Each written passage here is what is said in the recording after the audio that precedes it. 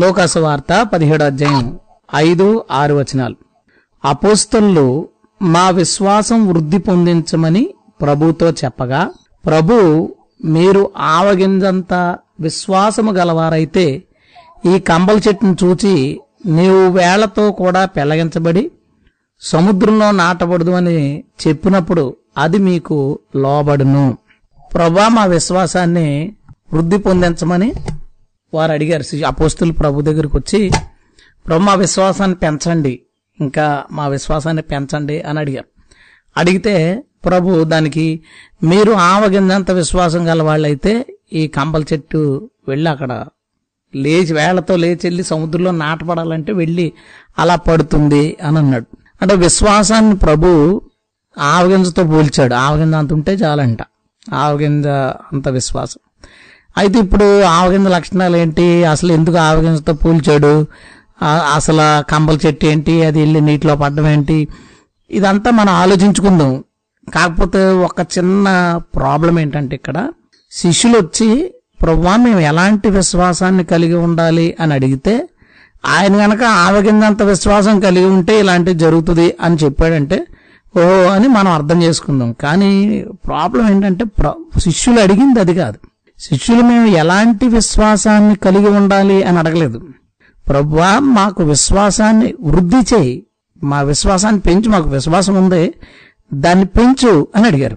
దాన్ని పెంచు అని అడిగితే ప్రభు ఏం చేయాలి, ఇదిగో యెహోషువ ప్రార్థన చేస్తే సూర్యుడిని ఆపేశాను, చంద్రుడిని ఆపేశాను, మోషే ప్రార్థన చేస్తే ఎర్ర సముద్రం చిరిగిపోయింది, సో ఇలాంటి అన్ని అద్భుతాలు నేను చేశాను ప్రార్థన చేస్తే అని చెప్పినప్పుడు ఓహో మనం ప్రకృతిని కూడా కంట్రోల్ చేయొచ్చు అనమాట, ఏదైనా చేయొచ్చు అనమాట, విశ్వాసం పెరుగుద్ది అలా అనుకుందాం మనం. కానీ శిష్యులు వచ్చి విశ్వాసాన్ని వృద్ధి పొందించమని అడిగితే ప్రభు ఆవగింజంత విశ్వాసం ఉంటే ఇలాంటి అద్భుతం మీకు జరుగుతుంది. అసలు వాళ్ళు అడిగిన ప్రశ్నకి ప్రభు చెప్పిన సంగతికి సంబంధం లేదు. అసలు వాళ్ళేమో పెంచమని అడిగారు, ఈయనేమో ఆవగింజంత ఉంటే చాలు అని అంటున్నాడు. కారు ప్రాబ్లం వచ్చింది అనుకుందాం, వస్తే మెకానికర్తో ఇది ఎంత వచ్చు అని అడిగాం, అడిగితే 5,000 వరకు అవుతుంది అన్నాడు అనుకుందాం. అదే మెకానికర్ దగ్గరికి వెళ్ళి మనం కారు రిపేర్కి ఇచ్చి, ఏమంటే ఇది ఎంత అవుతుంది, నా దగ్గర 10,000 ఉన్నాయి, దీనికి ఎంత అవుతుంది అని అడిగితే 10,000 ఎందుకండి 5,000 చాలు అంటాడు. మన దగ్గర ఉండాల్సిన దానికన్నా ఎక్కువ ఉన్నప్పుడు ఇంత చాలు అంటారు ఎవరైనా. ఉండాల్సిన దానికన్నా ఎక్కువ కావాలనుకో ఇంకా కావాలి అంటారు. ఎక్కువ ఉండనుకో అంతెందుకు ఇంత చాలు కదా అంటాం. శిష్యులు వచ్చి మా విశ్వాసాన్ని వృద్ధి చేయండి అంటే ప్రభు ఏమన్నాడు తెలుసు, ఆవగింజంత చాలు, ఎక్కువేం అక్కర్లేదు. ఏదో చాలా పెద్ద విశ్వాసం ఉండాలి, ఏదేదో చేయాలనుకుంటున్నారు, ఉన్నది చాలు, మీకు విశ్వాసం ఉంది కదా అది చాలు. అంటే అపోస్తలుకున్న విశ్వాసం సరిపోతుందా? ఇప్పుడు మనం అందరినీ విశ్వాసం, నీకు విశ్వాసం ఎంత ఉంటుంది అని అడిగితే చేతులతో కనుక కొలిసి చెప్తే కనీసం ఒక దోసిడన్న చూపిస్తాం, మనం దోసిడంతన్నా చూపిస్తాం. ప్రభు ఏం చెప్తున్నాడంటే ఆవగింజంత విశ్వాసం ఉంటే చాలు, ఆ విశ్వాసం ద్వారా ఎలాంటి కార్యాలన్నా జరిగిపోతాయి అని చెప్తున్నాడు. ఈరోజు నేను చెప్పాలనుకున్న విషయం, ప్రభు శిష్యులతో మీకున్నది చాలు, ఇంకా దాన్ని ఏం పెంచేసుకోకర్లేదు. ఎందుకంటే ఇంకా అక్కడ తర్వాత మాటలు విశ్వాసాన్ని పెంచడానికి ఏం మాట్లాడలేదు, టాపిక్ మార్చి ఆయన చెప్పుకుంటూ వెళ్ళిపోయాడు. అంటే శిష్యులతో మాట్లాడుతున్న విషయం ఏంటంటే చాలు, అది మీకు ఆల్రెడీ ఉండాల్సినంత ఉంది, ఆ ఆవగింజంత విశ్వాసం ఉంటే చాలు, ఇంకా ఎంత పెద్ద కార్యాలన్నా జరిగిపోతాయి అన్నట్టు. నేను కొందరి లైఫ్ని నేను మీ దగ్గర తీసుకొస్తాను. ఏంటి నిజమైన ఉన్న విశ్వాసం సరిపోద్ది? అదేంటి జనరల్గా ఇప్పుడు మన విశ్వాసం పెంచుకోవాలి, విశ్వాసంలో వృద్ధి పొందించుకోవాలి ఇలా మాట్లాడుతుంటాం కదా మనం జనరల్గా. కానీ ఎక్కడున్న వచనం చూస్తే చాలు, అది చాలంట. ఎందుకు అట్లాగా అన్నాడు దేవుడు? ఒక లైఫ్ మీకు చూపిస్తాను చూడండి. అబ్రహాం తీసుకున్నాం. అబ్రహాం వయసు 75 సంవత్సరాలు సుమారు ఉన్నప్పుడు పిల్లలు లేరు. 10 సంవత్సరాలు చిన్నది కదా శారా అంటే ఆవిడకి ఒక 65 సంవత్సరాల వయసు ఆమెకు వచ్చింది, పిల్లలు లేరు. 75 ఏళ్ళు ఈయనకు వచ్చినాయి. అయితే మొత్తానికి దేవుడు అంటే తెలియనట్లుగా వాళ్ళ కుటుంబం పరిస్థితి అలా సాగిపోతుంది. వాళ్ళ నాన్నగారు విగ్రహాలు చేసేవారు, ఇవన్నీ మనకు తెలుసు. అయితే దేవుడు అబ్రహాంను దర్శించి అబ్రహాంతో ఇలా మాట్లాడాడు. ఒకసారి ఆదికాండం 12వ అధ్యాయం, అందులో దేవుడు ఇలా మాట్లాడతాడు. చూడండి, మొదటి వచనం. యెహోవా అన్నాడు, నీవు లేచి నీ దేశం నుండి, నీ బంధువుల వద్ద నుండి, నీ తండ్రి ఇంటి నుండి బయలుదేరి నేను నీకు చూపించే దేశానికి వెళ్ళు, నిన్ను గొప్ప జనంగా చేస్తాను. ప్రభు 2 మాటలు చెప్పాడు. ఒకటే, నేను నీకు సంతానం ఇస్తాను. 2, నువ్వు నన్ను నమ్మితే ఈ పని చేసి పెట్టు. దేశాన్ని వదిలేయాలి, బంధువులను వదిలేయాలి, తండ్రి ఇంటిని వదిలేయాలి. అబ్రహాము దేవుణ్ణి నమ్మాడు, నాకు పిల్లల్ని ఇస్తాడు. ఇప్పుడు ఆలోచించాలి కదా, 65 సంవత్సరాల వయసు వచ్చేసింది ఆమెకి. ఎన్ని ప్రయత్నాలు చేసి ఉంటారు, మందులు వాడి ఉంటారు, ఆ చెట్టు పళ్ళు ఈ చెట్టు ఆకులు అది ఇది ఏదో ప్రయత్నాలు చేశారు, కానీ పిల్లలు పుట్టలేదు. 65 years వచ్చేసింది భార్యకి, 65 సంవత్సరాలు వచ్చేసింది. అయితే అప్పటి వరకు పిల్లలు పుట్టకపోయినా ఈయన మాట్లాడగానే నమ్మేశాడు.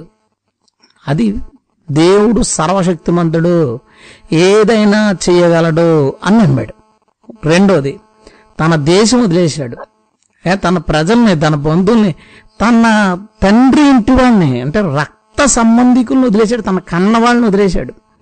ఇది అబ్రహాము విశ్వాసిగా తన జీవితాన్ని ప్రారంభించినప్పుడుది. అబ్రహాము 175 సంవత్సరాలు బతికాడు, అంటే విశ్వాసిగా 100 ఏళ్ళు బతికాడు. అబ్రహాము దేవుణ్ణి ఎరగనవాడుగా 75 సంవత్సరాలు బతికితే విశ్వాసిగా 100 సంవత్సరాలు బతికాడు. ఈ 100 సంవత్సరాల్లో అబ్రహాము ఇంతకంటే ఎక్కువ ఏమన్నా చేశాడా? ఆయన సర్వశక్తులను నమ్మాడు, ఆయన కోసం వదలమన్నది వదిలేశాడు. ఇదేగా ఇంకోటి ఏం చేశాడు? అబ్రహాము ప్రారంభంలో తనకున్న విశ్వాసాన్ని అంతం వరకు కాపాడుకున్నాడు, అంతే.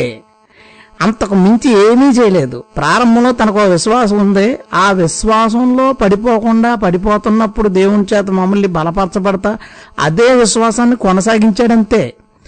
75 ఆమెకు 65 ఉన్నప్పుడు ఎంతో కొంత ఛాన్సెస్ ఉన్నాయి పిల్లలు పుట్టడానికి. దేవుడు నాకు బిడ్డనిస్తాడు అని నమ్మాడు. తాను 75వ సంవత్సరంలో ఏమి నమ్మాడో 100వ సంవత్సరంలో కూడా అదే నమ్మాడు. కొత్తగా ఏది నమ్మలేదు, పెద్దగా ఏది నమ్మలేదు. నేను చెప్పింది మీకు అర్థమవుతుందా? అతను 75వ సంవత్సరంలో ఏమి నమ్మాడో తన 100వ సంవత్సరంలో కూడా అదే నమ్మాడు. విశ్వాసంలో ఎక్కడికో వెళ్ళిపోలేదు అబ్రహాము, పెరిగిపోలేదు అబ్రహాము. కానీ 75వ సంవత్సరంలో అవకాశం ఉందని అనుకుంటాం మనం, 100వ సంవత్సరంలో అవకాశం లేదు కాబట్టి నమ్మలేకపోవచ్చు. అబ్రహాం అలా కాదు, తన 75వ సంవత్సరంలో ఎలా నమ్మాడో 100వ సంవత్సరంలో కూడా అలాగే నమ్మాడు. తన విశ్వాసం ఎక్కువ కాదు, కానీ పర్ఫెక్ట్గా ఉంది ఎప్పటికీ. ఇప్పుడు ఇస్సాకు విషయంలో అబ్రహాంతో అంటాడు, అబ్రహాముని ఒక్కడై ఉన్న నీ కుమారుడిని తెచ్చి నాకు బలి అని అడిగాడు. అడిగితే తెచ్చాడు, బలి ఇస్తే దేవుడు ఆపిన తర్వాత నీవు నాకు భయపడుచున్నావని ఇందువలన నేను నమ్ముతున్నాను. ఏంటి? ప్రభువుకి భయపడి ప్రభు చెప్పిన పని చేస్తాడని ప్రభువు నమ్ముతున్నాడు. మరి అబ్రహాము కొత్తగా ఏమైనా చేశాడప్పుడు? అబ్రహాముని ప్రారంభంలో నీ తండ్రి ఇంటిని, నీ బంధువుల్ని, నీ దేశాన్ని వదిలేయమన్నప్పుడు వదిలేసి రాలేదా? అబ్రహాము యేసైని, ఇంకా అలా అనుకుందాం, యేసుగా చెప్పుకుందాం. అబ్రహాము యేసుని నమ్మినప్పుడు, నమ్మిన రోజు ఏ విశ్వాసాన్ని అయితే కనపరిచి విశ్వాసానికి తగిన క్రియ చేశాడో, తాను 100 ఏళ్ళు, అంటే తన వయసు 100, 110 సంవత్సరాలు 112 సంవత్సరాలు ఉంటాయి ఇస్సాకును బలి ఇవ్వడానికి. ఆ వయసు వచ్చేటప్పుడు కూడా అదే విశ్వాసాన్ని కలిగి ఉన్నాడు. వదిలేయమన్నాడు, తండ్రి ఇంటిని వదిలేశాడు. అప్పుడు తండ్రి ఇంటిని వదిలేయమన్నప్పుడు తండ్రి ఇంటిని వదిలేశాడు. కొడుకును వదిలేయమన్నప్పుడు కొడుకును వదిలేశాడు. నేను చెప్పాలనుకున్నది ఏంటంటే, ప్రభువుని నమ్ముకున్నప్పుడు మనకు ఒక విశ్వాసం వస్తుంది. నమ్ముకున్న కొత్తలోనో ప్రభు మనల్ని దర్శించినప్పుడు, లేదా ప్రభుతో మనం కొంచెం దగ్గరైనప్పుడు మనకు విశ్వాసం వస్తుంది. ఆ విశ్వాసానికన్నా ఎక్కువ విశ్వాసం నువ్వేం తెచ్చేసుకోవాల్సిన అవసరం లేదు. ఆ విశ్వాసాన్ని పోకుండా కాపాడుకోచాలి.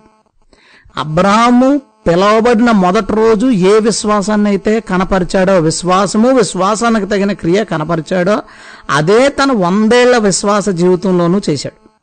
అంతకు మించి పెద్దవేమీ నమ్మలేదు.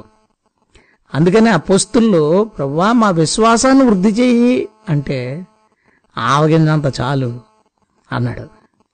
విశ్వాసాన్ని మనం పెంచేసుకోవడం కాదు. అందుకని పౌలు అంటాడు, నా పరుగు తుదముట్టించితిని, విశ్వాసమును కాపాడుకొంటిని. విశ్వాసమును వృద్ధి పొందించడం కన్నా మనకు ఉండాల్సింది ఏంటో తెలుసా? విశ్వాసాన్ని కాపాడుకోవాలి. విశ్వాసాన్ని కాపాడుకోవాలి. శిష్యులు మాకు ఎక్కువ విశ్వాసం కావాలన్నాడు. ప్రభు ఏం చెప్పాడు తెలుసా? ఒక ఆవగింజంత విశ్వాసాన్ని పోకుండా కాపాడుకోండి. ఒక ఆవగింజంత విశ్వాసాన్ని మీరు కాపాడుకుంటే ఆ విశ్వాసం మీకు పెద్ద పనుల్ని చేసి పెడుతుంది. దావీదుని తీసుకోండి. దావీదు జీవితంలో వచ్చే శ్రమలు, ఇబ్బందులు ఇవన్నీ చూసినప్పుడు బాబు ఎలాంటి విశ్వాసం కనపరిచాడని చెప్తాం. కానీ ఒక మాట, సమూయేలు వచ్చాడు వాళ్ళ ఇంటికి. దావీదు, నిన్ను యెహోవా రాజుగా చేయాలనుకుంటున్నాడు ఇశ్రాయేల్ మీద అన్నాడు. ఆహా, దేవుడు నన్ను రాజుగా చేస్తాడా? చెయ్యని అని అభిషేకం చేయించుకున్నాడు. అంతకన్నా మించేమన్నా నమ్మాడా? దాన్నే నమ్మాడు. గొలియాతు ఎదురుగుంటా ఉన్నప్పుడు నన్ను దేవుడు రాజుగా చేస్తున్నాడు కాబట్టి నేను నమ్ముతున్నాను, ఫైట్ చేశాడు. అందరూ చప్పట్లు కొడుతుంటే నన్ను రాజుగా చేస్తున్నాడు కాబట్టి ఇదిగో పరిస్థితులన్నీ మనకు అనుకూలంగా ఉన్నాయి కాబట్టి రాజు అయిపోతానన్నమాట అనుకుని ఉండొచ్చు. తర్వాత రాజే సౌలు వ్యతిరేకంగా ఉన్నప్పుడు అమ్మో సౌలు చంపేస్తాడేమో, నేను రాజునవనేమో అని మాత్రం అనుకోలేదు. పరిస్థితులు అనుకూలంగా ఉన్నప్పుడు, వ్యతిరేకంగా ఉన్నప్పుడు ఒకటే నమ్మాడు, దేవుడు నన్ను రాజుగా చేస్తాడు. సైనికుడు అయినప్పుడు అదే నమ్మాడు, ఆయుధాలు మోసేటప్పుడు అదే నమ్మాడు, సైన్యాధిపతి అయినప్పుడు అదే నమ్మాడు, రాజు కల్లుడైనప్పుడు అదే నమ్మాడు, పారిపోయి అడవుల్లో గుహల్లో తలదాచుకుని దిక్కు తోచని పరిస్థితుల్లో ఉన్నప్పుడు అదే నమ్మాడు. అందుకే దేవుడు అతను రాజుగా చేశాడు. పెద్దగా ఏమి నమ్మలేదే. ప్రభు మాట్లాడినప్పుడు ఏదైతే నమ్మాడో, పరిస్థితులు ఎలా ఉన్నా అదే నమ్మకాన్ని కలిగి ఉన్నాడంతే. ఆ విశ్వాసాన్ని కాపాడుకున్నాడు. అది గొర్రెలు కాచుకునే ఒక వ్యక్తిని ఇశ్రాయేలు గోత్రాలన్నిటికీ రాజుగా చేసింది. హల్లెలూయా. ఈరోజు నేను చెప్పాలనుకున్నది, మనకున్న విశ్వాసాన్ని కాపాడుకుంటే చాలు. విశ్వాసాన్ని పెంచుకోవడానికి మనం చాలా ప్రయత్నాలు చేస్తుంటాం. ఆ ప్రయత్నాలు ఏంటో కూడా నేను మీకు చెప్తాను. ఆ ప్రయత్నాలు ఏంటో, అసలు మనం విశ్వాసాన్ని పెంచుకుంటున్నామా, విశ్వాసాన్ని కాపాడుకుంటున్నామా, మనకు అసలు ఫస్ట్ వచ్చిన విశ్వాసం కూడా పోయి ఇంకా కింద స్థితిలో ఉన్నామో ఒకసారి అందరూ పరిశీలన చేసుకోవడానికి ఇది ఒక మంచి టైం. ఇది అపోస్తులను తీసుకుందాం. ఎందుకు ప్రభు వాళ్ళతో ఆల్రెడీ మీకు ఉన్నది, మీకు ఎక్కువ తక్కువ ఉంటే చాలు అన్నట్లు ఎందుకు మాట్లాడాడు? విశ్వాసాన్ని పెంచే ప్రయత్నం ఆయన ఎందుకు చేయలేదు? ఆవగింజ ఉంటే చాలు అనే వాళ్ళతో ఏమన్నాడంటే ఎక్కువ అవసరం లేదే బాబు, ఆల్రెడీ మీకు ఉన్నది అన్నట్టుగా భావన అందులోంచి వచ్చేలాగా ఎందుకు అన్నాడంటే, పేతురు వల్ల వేసుకుంటున్నాడు. పేతురికి చీటీలు కట్టాల్సి ఉండొచ్చు, ఇన్స్టాల్మెంట్లకి ఏయో కొనుక్కుని ఉండొచ్చు, ఫ్యామిలీలో బోల్డ్ అని ప్రాబ్లమ్స్ ఉంటాయి, పిల్లల్ని చదివించడానికి బోల్డ్ ఖర్చులు ఎందుకు ఉండవు, అన్నీ ఉంటాయి. పేతురుతో పాటు అక్కడ వల వేసుకునే వాళ్ళు అందరికీ ప్రతి ఒక్కరు వెళ్ళి వాళ్ళు వల వేస్తున్నట్టు అవసరం ఉండే కదా. అలాంటి వాళ్ళని ప్రభువు చూసి నన్ను వెంబడించండి అంటే, ఇంటికి వెళ్ళి మా ఆవిడని అడుగుతాననలేదు, మా నాన్న అడుగుతాననలేదు, కొన్ని అప్పులు ఉన్నాయి తీర్చుకుని వస్తానని అనలేదు, ఒక 6 నెలలు ఉద్యోగం చేసి వస్తానని అనలేదు, ఈ ఆస్తులు సెటిల్మెంట్లు ఉన్నాయి అవన్నీ చూసుకుని వస్తానని అనలేదు. వాళ్ళు వెంటనే తమ వలలు విడిచిపెట్టి, అంటే కనీసం ఎవరికన్నా అప్పచెప్పి నేను మళ్ళీ వస్తానని కూడా కాదు, వలలు దోణులు తర్వాత కాను ఏంటి ఈ డబ్బులు వసూలు చేసే సొంకరే ఆ పెట్టి మొత్తం దేవుడు పిలిచినప్పుడు వాళ్ళ ప్రొఫెషన్స్ ని ఎవరి దగ్గర సలహా అడగకుండా, అసలు ఇతనితో కూడా వెళితే మనకి ఏం వస్తుంది? ఎందుకంటే ఏ అద్భుతాలు ఏం చేయలేదు, అప్పటికి ఏం చేయలేదు ఆయన. ఏమీ చేయని ఆ వ్యక్తిని మాట మాట్లాడగానే అన్నీ వదిలేసి వెనకెళ్ళిపోయారు. ఇది విశ్వాసం కాదా? ఇది విశ్వాసం కాదా? ఎంతకన్నా ఏం కావాలి? దేవుడు పిలవగానే నేనది చేయడానికి సిద్ధం. అది సేవ కావచ్చు, ఉద్యోగం, వ్యాపారం, లేదా ఇది విడిచిపెట్టి అది విడిచిపెట్టి ఏదైనా కానీ ప్రభువు ఒక మాట మనకు చెబితే ఆ మాటను వెంటనే వినడం అంటే అర్థం ఏంటో తెలుసా? అతడు ప్రభువుని నమ్మడం, రాజుని నమ్మడం, దేవుడని నమ్మడం, సర్వశక్తిమంతుడని నమ్మడం, సృష్టికర్త నమ్మడం. ఎవడు మాట పడితే ఆ మాట ఎందుకు వింటాం? ఒక సాధారణమైన మనిషి, ఒక మామూలు వ్యక్తి బయట ఏదో కొత్త రూల్ పెట్టాడు అనుకుందాం, ఎందుకు మనం పాటిస్తాం? అతను ప్రభుత్వాధికారో లేదా గవర్నమెంట్కి సంబంధించిన వ్యక్తో అలాంటి వాడు చెబితే మనం దాన్ని వింటాం. ఒక సామాన్యమైన వ్యక్తి వాడికి నచ్చిన రూల్స్ పెట్టుకుని మనం పాటించాం కదా. ఇప్పుడు ప్రభు మాట వాళ్ళు ఇలా చెప్పగానే విన్నారంటే ప్రభువు మీద వాళ్ళకున్న అభిప్రాయం ఎంత గొప్పదో చూడండి. వాళ్ళ బంధువుల కన్నా, మిత్రుల కన్నా, వాళ్ళ అవసరాల కన్నా, వాళ్ళ కష్టాల కన్నా, వాళ్ళ నమ్మకాల కన్నా ప్రభు ఎక్కువ అనుకున్నారు వాళ్ళు. అన్నిటికన్నా ప్రభు ఎక్కువ అనుకున్నారు కాబట్టి అన్నీ వదిలేసి ప్రభు వెనకాల వెళ్ళారు. ఆ తర్వాత ప్రభు, ఇదిగో నేను మిమ్మల్ని పంపుతున్నాను, రోగుల మీద చేతులు స్వస్థత పొందుతారు, దెయ్యాలు పోతాయి, చచ్చిపోయిన వాళ్ళు లెగిస్తారని చెప్పాడు. చెబితే ఏమండి, నేను అన్నాను అనుకోండి ఎవరితోనన్నా, ఇక్కడ ఒకరిని పిలిచి, రే నువ్వు వెళ్ళు, నువ్వు ప్రార్థన చేస్తే దెయ్యం పోద్ది అన్నాను అనుకోండి. నువ్వు వెళ్ళిపోయావు, పాస్టర్ గారు చెప్పారు కదా మనం ప్రార్థన చేస్తే దెయ్యం పోద్ది. అక్కడికి వచ్చి ఇంత వెళ్ళిన తర్వాత అది 4 కేకలేసింది. ధైర్యం ఉంటుందా నీకు? ఎంత నమ్మకపోతే వెళ్ళిపోతావు గుడ్డిగా? వీళ్ళు చూడండి, శవం కనబడితే ఉండండి అని పరిగెత్తుకెళ్ళి నేను లేపుతానని వాదులాడుకుని చచ్చిపోయిన వాళ్ళు లేపేశారు. ఆడికి వెళ్ళిన తర్వాత తీరా లే అంటే లేకపోతే చుట్టుపక్కల అందరూ కొట్టరండి, వాళ్ళని ఉమ్మిరా, వాళ్ళ మీద నవరా, అవమానించరా.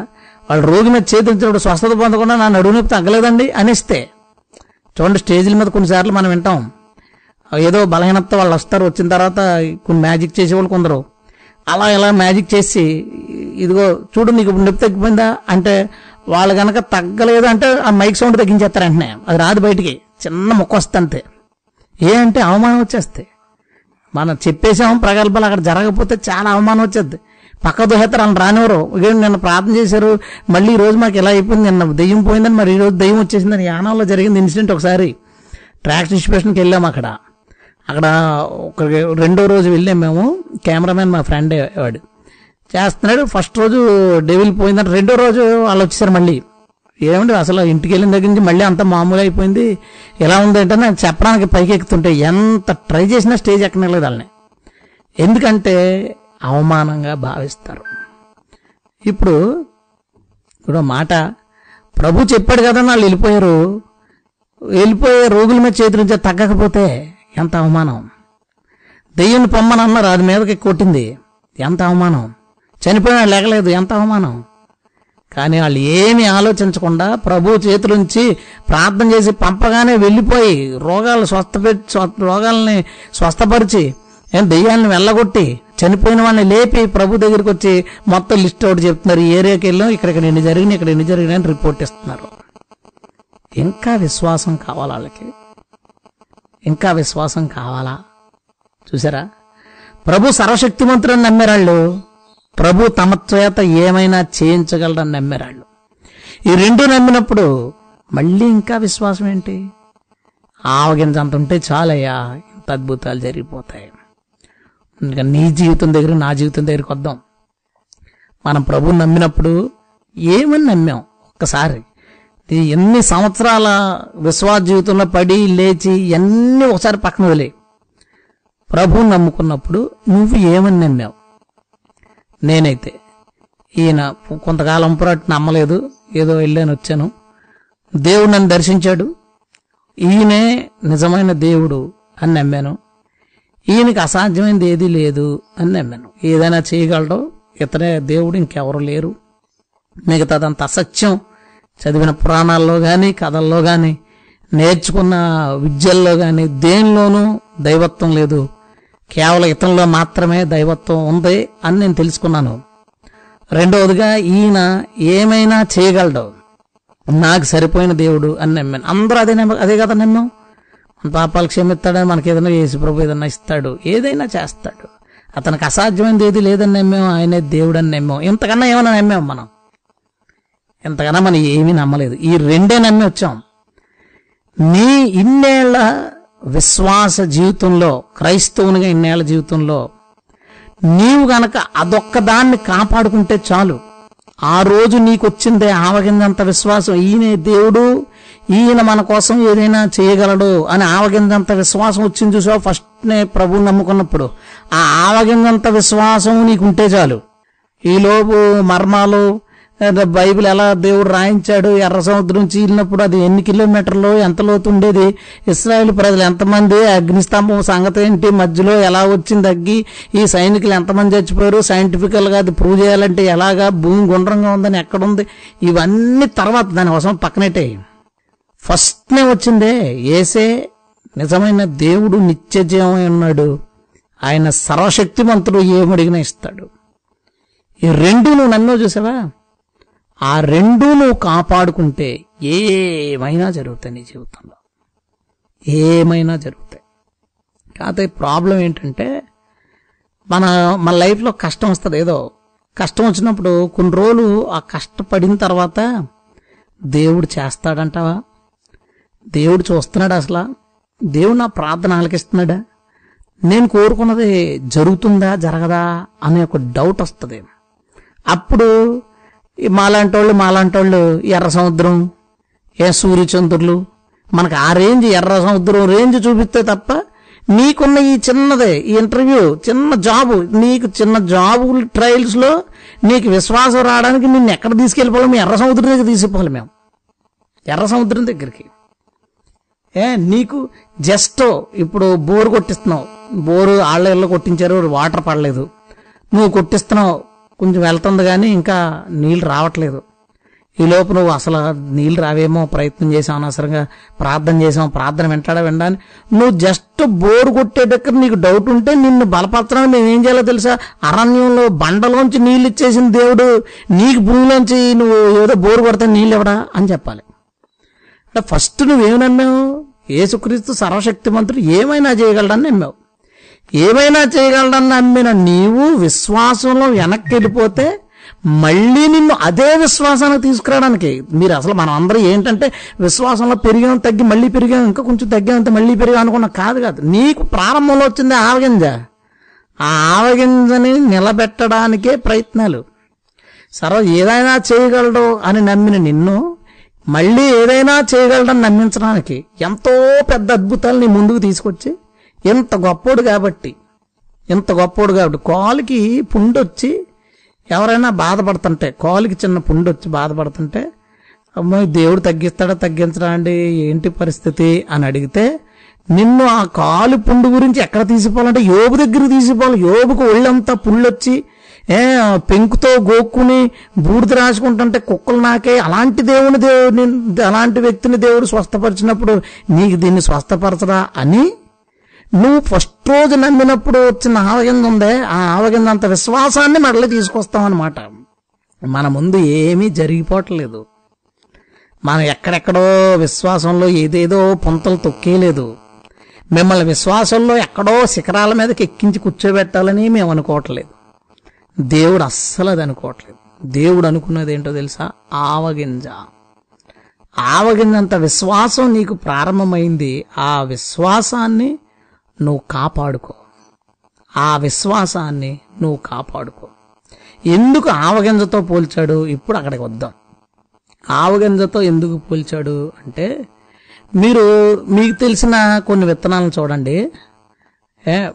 ఆ విత్తనాలకి ప్రతి విత్తనానికి ఇంచుమించు ఒక కట్టు ఉంటుంది, ఏదో ఒక గీత ఉంటుంది. అంటే ఓపెన్ అవ్వడానికి, అందులోంచి విత్తనం బయటికి రావడానికి ఒక కట్టు ఉంటుంది, లేదా ఒక మొన ఉంటుంది. నువ్వు గోధుమ గింజ తీసుకో, దానిమ్మ గింజ తీసుకో, లేదా పెసలు, మినువులు, బొబ్బర్లు ఇలాంటివి ఏమైనా తీసుకో, ఒక కట్టు ఉంటుంది. దానికి చిన్న కట్టు ఉంటుంది, చిన్న గీతలాగా, చిన్న మొనలాగా. దానిలోంచి అంకురం బయటికి రావడానికి నువ్వు ఆవగింజ చూడు, నువ్వు భూతద్దం పెట్టి చూడు, దాంట్లోంచి ఏది బయటకు రావడానికి చాయిస్ ఉండదు. ఫుల్లీ సీల్డ్ ఆవగింజ, ఫుల్లీ సీల్డ్. అలాంటివి కొన్ని ఉండొచ్చు, కానీ అన్ని క్వాలిటీలు కుదరవు. దానికి పూర్తిగా సీల్ చేయబడింది, దానిలోంచి ఏది బయటకు రాదు. ఆవగింజ అంత విశ్వాసం అంటే ఏంటో తెలుసా? ఎలాంటి కష్టాల మధ్యన నువ్వు ఉన్నా నీలో ఉన్న విశ్వాసం లీక్ అయి బయటకు రాకూడదు. ఎలాంటి పరిస్థితుల మధ్యన ఉన్నా సరే నీలో ఉన్న ఫెయిత్ లీక్ అయి బయటికి రాకూడదు. మన విశ్వాసం చూడండి, ట్యాప్ లాంటిది. చిన్న ప్రాబ్లం వస్తే ట్యాప్ ఇప్పగానే వాటర్ ఎలాగొచ్చేస్తే లీక్ అయిపోతుంది ట్యాంక్లో. మళ్ళీ మేము ఏం చేయాలంటే ఆదివారం మళ్ళీ వేయాలి. దాంట్లో ఆదివారం లేదా యూట్యూబ్లో ఏదో ప్రసంగం చూసో, లేదా నువ్వు ఏదో ఒకటి చదివో, మళ్ళీ నీ విశ్వాసం అనే ట్యాంక్ ఫుల్ చేసుకోవాలి. ఇక్కడ ఇప్పేసేది, అక్కడ ఫుల్ చేసేది, ఇక్కడ ఇప్పేసేది, అక్కడ ఫుల్ చేసేది. కొంచెం పెద్ద కష్టం వచ్చిందంటే ఇంకా ట్యాప్ ఇప్పి వదిలేస్తాం అనమాట. అంటే అలాగే విశ్వాసం నిమిషానికి తగ్గిపోయి ఖాళీ, విశ్వాసహీనులుగా అయిపోతాం. ఆవగింజ ఫుల్లీ క్లోజ్డ్, ఫుల్లీ సీల్డ్. నువ్వు నీ విశ్వాసాన్ని అలా కాపాడుకుంటున్నావా? అందుకే పౌలు అన్నాడు, విశ్వాసంలో నేను పెద్ద పెద్ద శిఖరాలకు వెళ్ళాను అనే విషయాన్ని గొప్పగా చెప్పలేదు. నిజంగా విశ్వాసంలో గొప్ప శిఖరాలకు వెళ్ళాడు. పరదేశకు పోయి అక్కడ ప్రజలు ఏం మాట్లాడుకుంటున్నారో వినొచ్చాడు. ఎలాంటి మిరాకిల్స్ దేవుడు యేసు ప్రభు చెయ్యని మిరాకిల్స్ చేశాడు. ఎంతో కష్టపడితే కానీ అర్థం కాని లోతైన విషయాల్ని ఆత్మ సహాయంతో రాశాడు. నిజంగా విశ్వాసంలో ఉన్నతమైన స్థితులకు చాలా వెళ్ళిపోయాడు. కానీ పౌలు దాన్ని గొప్పగా చెప్పుకోవట్లేదు. నా పరుగు తుదముట్టించిని, విశ్వాసంలో ఉన్నతమైన స్థితిలో కూర్చుంటుని అని చెప్పలేదు. నా పరుగు తుదముట్టించితిని, విశ్వాసమును కాపాడుకుంటుని. విశ్వాసమును కాపాడుకుంటుని. విశ్వాసాన్ని కాపాడుకోవడం ముఖ్యం. విశ్వాసంలో నువ్వు ఎక్కడెక్కడికో వెళ్ళిపోయి నీకు సరైన కష్టం వచ్చినప్పుడు లీక్ అయిపోతే నీ విశ్వాసం, నీలోంచి అది బయటకు పోతే దానివల్ల నీకేంటి ప్రయోజనం? ప్రభు అన్నాడు, అందుకే లీక్ అవ్వని ఒక విశ్వాసం మనిషికి కావాలి. కష్టాలు వచ్చినప్పుడు లీక్ అవుతుంది విశ్వాసం. చాలా కష్టాల మీద కష్టాలు పెరుగుతున్నప్పుడు మన ఫెయిత్ తగ్గిపోతుంటది. ఇదేంటి ఇలా జరుగుతుంది? ప్రభు చేస్తాడా? నేను బయట పడినా ఇంతటితో నా లైఫ్ అయిపోతుందా? ఇబ్బందులు ఇంకా కూరుకుపోతానా? లేదా ఈ రోగం పోదా? స్వస్థత వస్తుందా రాదా? ఇక్కడ వెళ్తానా? నీ ప్రయాణంలో నేను వెళ్తానా క్షేమంగా? నీ విశ్వాసాన్ని లీక్ అవనివ్వకు. నువ్వు నమ్మావు కదా, ప్రభు నిత్య జీవం ఇచ్చు దేవుడు, ప్రభు ఏదైనా చేస్తాడు. నువ్వు నమ్మావు కదా, నీ నమ్మకాన్ని నువ్వు కాపాడుకో.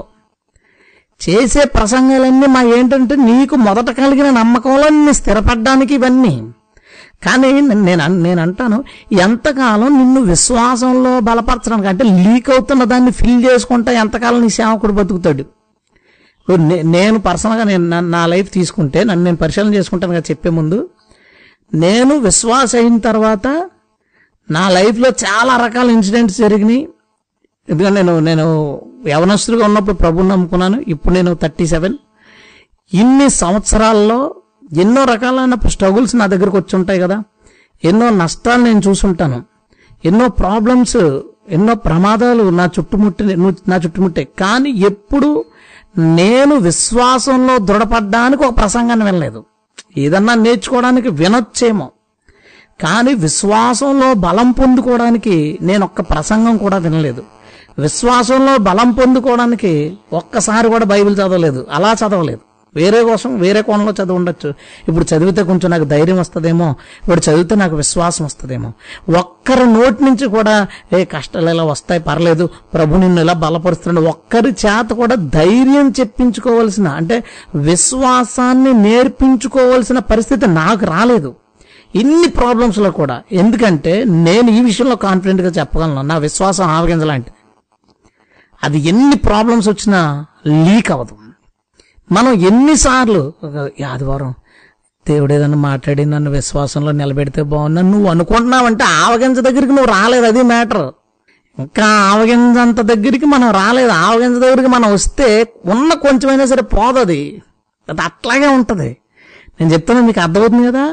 ఇక్కడ ఎంతమంది ప్రాబ్లమ్స్ వచ్చినా ఉత్తవుడు ఎవడైనా ధైర్యంగా ఉంటాడు కదండి.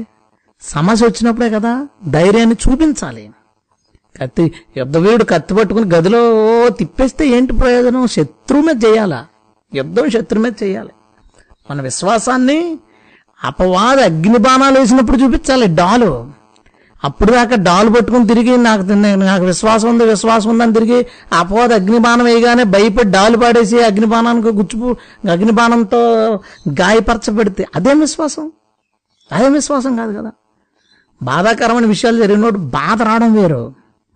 ఇందులోంచి నేను కానీ బయటకు రాలేనేమో, ప్రభు నన్ను వదిలేస్తారంటావా, ప్రభు దీన్ని చేయగలరంటావా? ప్రభు సామర్థ్యాన్ని ఎప్పుడు శంకించలేదు. ఏదైనా టార్గెట్ పెట్టుకున్నప్పుడు ఇది నన్ను మించినది, చాలా పెద్దది ఇది, కాబట్టి ఇది నేను చేయలేను అని ఎప్పుడు అనుకోలేదు. నా దేవుడు అది చేయిస్తాడు. నేను అసమర్థుని కానీ నా దేవుడు అసమర్థుడు కాదు. నేను విశ్వాసాన్ని చూపించకపోతే తప్ప, విశ్వాసాన్ని చూపిస్తే నాకు అసాధ్యమైంది ఏదీ లేదు అని నా నమ్మకం. ఇంతమంది మనం వింటున్నాం కదా. నువ్వు ఎన్నిసార్లు విశ్వాసంలో తగ్గిపోయి విశ్వాసంలో పెరగడానికి నువ్వు వాక్యాన్ని వినుంటావు. అంతెందుకు ఈరోజు ఆవగింజంత విశ్వాసం అనగానే ఎంతమంది అమ్మ ఈరోజు విశ్వాసంలో ఏమన్నా బలపడతామేమో, మనం విశ్వాసం ఏమన్నా పెరుగుతుందేమో అని ఎంతమంది మన చెవులు పెద్దగా చేసుకుని ఉంటాం. మెసేజ్ విషయంలో ఆ కోణంలో మెసేజ్ని ఊహించిన వాళ్ళు, అంటే ఈరోజు విశ్వాసం కోసం చెప్తారనమాట, మన విశ్వాసంలో దృఢపడడానికి కొన్ని మాటలు వస్తాయన్నమాట అని ఎంతమంది అనుకుని ఉంటారు. అసలు ఇన్ని సంవత్సరాల నుంచి నువ్వు అమ్ముకున్నావు, ఆ ప్రారంభ విశ్వాసం నీకు లేకపోతే ఏం సాధిస్తాం మనం లైఫ్లో? నువ్వు ఏదేదో చదివి ఎంతో పెద్ద విశ్వాసం ఏం సంపాదించేసుకోకు. ప్రభు సర్వశక్తిమంతుడు, ఆయన నిజమైన దేవుడు, నిత్యజీవం అన్నాడు. ఈ విశ్వాసాన్ని ఆవగింజలాగా ఉంచుకో, లీక్ అవనివ్వకుండా. ఎలాంటి పరిస్థితులు వచ్చినా విశ్వాసం అందులోంచి లీక్ అయి బయటికి రాకూడదు. ఆవగింజ నువ్వు పరిశ్రమ చేయి, వాకి మనందరూ చూసిందే దాన్ని. ఎల్లో కలర్లో ఉంటాయి, బ్లాక్ కలర్లో ఉంటాయి, రౌండ్గా ఉంటుంది. అది ఎక్కడా దానికి ఓపెన్కి అసలు పరిస్థితి చిన్న సీల్ లేదు దానికి ఓపెన్ చేయడానికి. ఓపెన్ చేయడానికి చిన్న బద్ద కానీ చిన్న గీత కానీ ఏమీ లేదు, క్లోజ్డ్. మన ఫెయిత్ కూడా అందులోంచి బయటకు రానంత, ఏ కోణంలోనూ బయటకు రానంతగా ఉండడానికి ప్రభు సహాయం చేయనుగాక. కష్టం వచ్చినప్పుడు పోతుంది విశ్వాసం, లేదా నష్టపోయినప్పుడు పోతుంది కొన్నిసార్లు. కొంతమంది ఎన్ని కష్టాలు వచ్చినా విశ్వాసం ఉండిపోతారు. దేవుడు చేస్తాడు, దేవుడు చూసుకుంటాడు, దేవుడు ఉన్నాడు కదా మాకేంటి, ఎంత కష్టంలోనైనా నిలబెట్టుకుంటారు. వీళ్ళ నమ్మిన దాంట్లో వీళ్ళు ఓడిపోయినప్పుడు, వీళ్ళ నమ్మిన దాన్ని వీళ్ళు కోల్పోయినప్పుడు, భర్తను కావచ్చు, బిడ్డను కావచ్చు, భార్యను కావచ్చు, వ్యాపారాన్ని కావచ్చు, వస్తువును కావచ్చు, వాహనాన్ని కావచ్చు, దేన్నైనా నష్టపోయినప్పుడు, అలాంటప్పుడు పోతుంది విశ్వాసం. అలాంటప్పుడు అయితే కష్టం వచ్చినప్పుడు పోతుంది కొందరికి. ఈరోజు అందరూ ఆవగింజ విశ్వాసం వద్దు, పెద్దదాని కిందకు వచ్చేద్దాం, తగ్గించుకోమన్నాడు కదా ప్రభు. పెద్ద పెద్ద విశ్వాసం ఉన్న వాళ్ళందరూ కిందకు వచ్చి ఆవగింజంతా ఉండడానికి ట్రై చేద్దాం. చాలు, ఎక్కువ అస్సలు వద్దు, ఎక్కువ చోటగా నేను మిమ్మల్ని తీసుకెళ్ళకూడదని నిర్ణయం తీసుకున్నాను. ఆవగింజ చాలు, ఎన్ని కష్టాలు వచ్చినా లీక్ అవుతుంది, ప్రభు చూసుకుంటాడులే అనే ఒక్క మాట, అదే ధీమాతో 75 సంవత్సరంలోనూ అదే ఆలోచన ఉన్నది, 100 సంవత్సరంలోనూ అదే ఆలోచన ఉంది అబ్రహాంకి. అంతే, ఈ పరిస్థితులు ఎన్ని మారుతున్నా నువ్వు నమ్మింది అలాగే నమ్ము చాలు. నష్టం వచ్చినప్పుడు మాత్రం ఎంత నమ్మిన తర్వాత పోయిందంటే నమ్మినోడు సిగ్గుపడ్డం ఉంది బైబిల్. ఈ రిఫరెన్స్లన్నీ గుర్తొచ్చారు. అయితే ఒకటి, మన లైఫ్లో ఏం ఉండాలో ఏం ఉండకూడదో దేవుని ఇష్టం. అది కొన్ని మనం కోరుకోకుండానే మన దగ్గరికి వచ్చినాయి.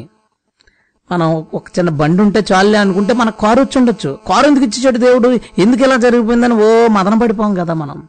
ఇప్పుడు ఒక మంచి అద్దెలు దొరికితే చాలు, లేదా ఒక చిన్న ఇల్లు ఉంటే చాలు అనుకుంటాం. దేవుడు మంచి ఇల్లు ఇచ్చి ఉండొచ్చు, పెద్దది ఇచ్చాడు దేవుడు, నాకు ఇది వద్దని మళ్ళీ ఎక్కడో చోట చిన్నింటికి అద్దెకిపోం కదా. ప్రభు ఇచ్చింది మనం తీసుకుంటాం. కొన్నిసార్లు మనం ఊహించిన దానికన్నా గొప్పవి ప్రభు మనకి ఇచ్చినప్పుడు ఎలా తీసుకుంటామో, మనం ఊహించని విధంగా మనం కోరుకున్నదే మన దగ్గర ఉంటానన్నదే మనకు దూరమైనప్పుడు కూడా మనం ఏమీ మాట్లాడడానికి లేదు. మన జీవితాలను మనం ప్రభుకి ఇచ్చాం, అందులో ఏ ఉండాలో ఏ ఉండకూడదో ఆయన ఇష్టం. మనం ఎవరైనా వ్యక్తుల్ని లాస్ అవ్వాల్సి వస్తే వాళ్ళు ప్రభు దగ్గర ఉంటే చాలు అనుకోవడమే. మనం ఇక మళ్ళీ ఇంకొకటి ఏం కాదు. ముందు వెనక ఎవరైనా చనిపోవలసిందే, ఎవరైనా చనిపోవలసిందే. ఏ కారణంతో మనం వేటినన్నా కోల్పోవచ్చు, ఏదైనా వస్తువుని కోల్పోవచ్చు, మరి దేన్నైనా కోల్పోవచ్చు, విశ్వాసాన్ని మాత్రం కోల్పోవద్దు. నష్టంతో మన విశ్వాసాన్ని నష్టపోవద్దు. ఒక ఆవగింజ లీక్ అవ్వకుండా ఎలా ఉంటుందో కష్టాల్లో మన విశ్వాసాన్ని అలా కాపాడుకోవాలి. నష్టం వచ్చినప్పుడు కూడా, దేన్నైనా కోల్పోయినప్పుడు నిజంగా ఏమని దృఢపరచాలో మాకు తెలియదు. ఇలా జరిగిపోయింది ఎలాగా?